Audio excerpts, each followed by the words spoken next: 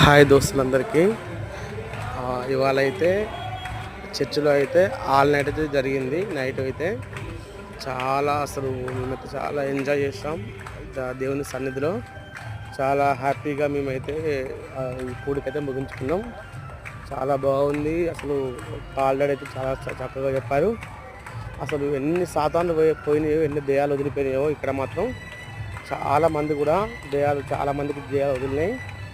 ఆ వీడియో పెడదాం అనుకున్నా కానీ మిస్ అయింది. తీస్తానికి కాలేదు. మాకు చాలా ఆనందంగా అయితే డాన్స్ చేస్తాను నేను.